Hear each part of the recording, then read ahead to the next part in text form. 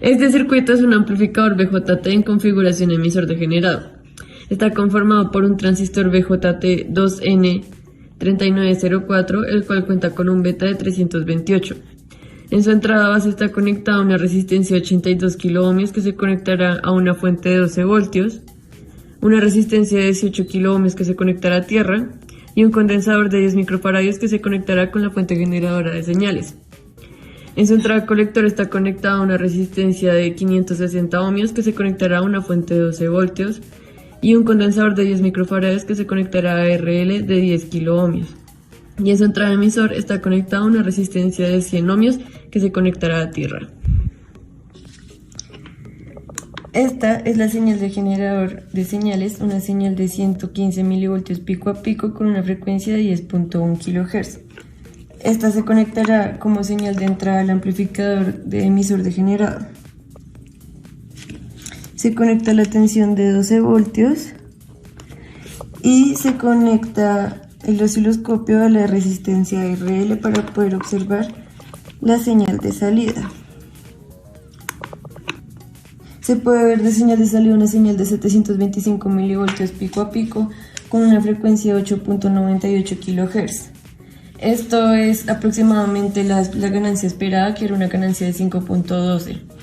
Esta cuenta con diferencias respecto a lo calculado debido a la tolerancia que tienen las resistencias, pues estas no son tenidas en cuenta en el ET-SPICE, y la característica del modelo SPICE del transistor tiene diferencias respecto a la realidad debido a que tiene valores de fabricación diferentes. También no se tiene en cuenta la resistencia interna del generador de señales, y pues el generador de señales, como se puede ver, va cambiando constantemente su amplitud y su frecuencia. También se puede decir sobre el circuito de amplificador en emisor degenerado que su ancha de banda es de aproximadamente 34 MHz.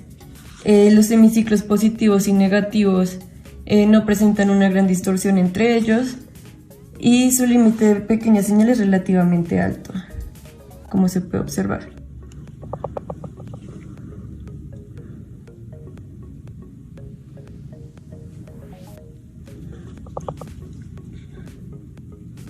Ahí se empieza a distorsionar, y como se puede observar, los semiciclos positivos y negativos no presentan una gran diferencia entre ellos.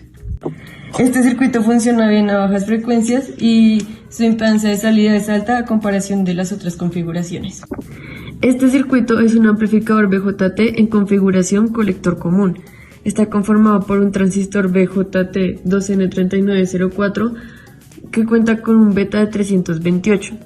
Su entrada base está conectada con una resistencia de 12 kiloohmios que se conectará a una fuente de 12 voltios, una resistencia de 18 kiloohmios que se conectará a tierra y un condensador de 10 microfaradios que se conectará con la fuente generadora de señales.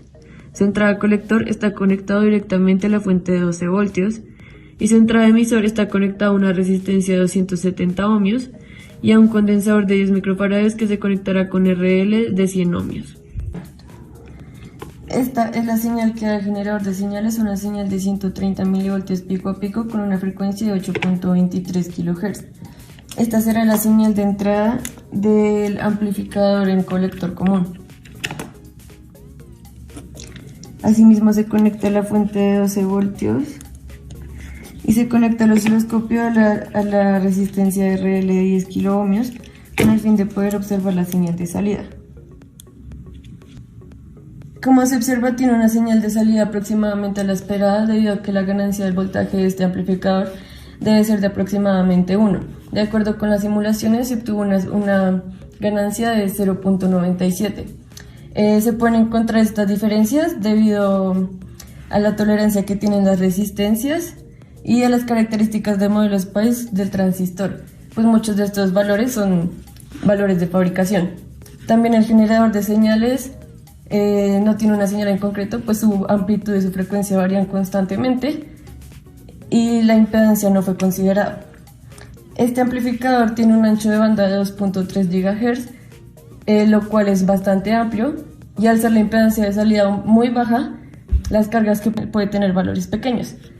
Una de las desventajas es que no es útil utilizar frecuencias bajas y no se puede amplificar amplitudes de la señal muy altas.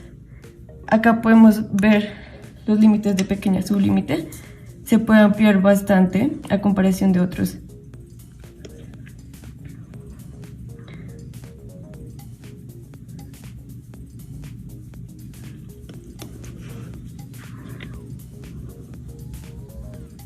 Ahí ya se empieza a distorsionar la señal. Ahora se cambiará la frecuencia a frecuencias bajas.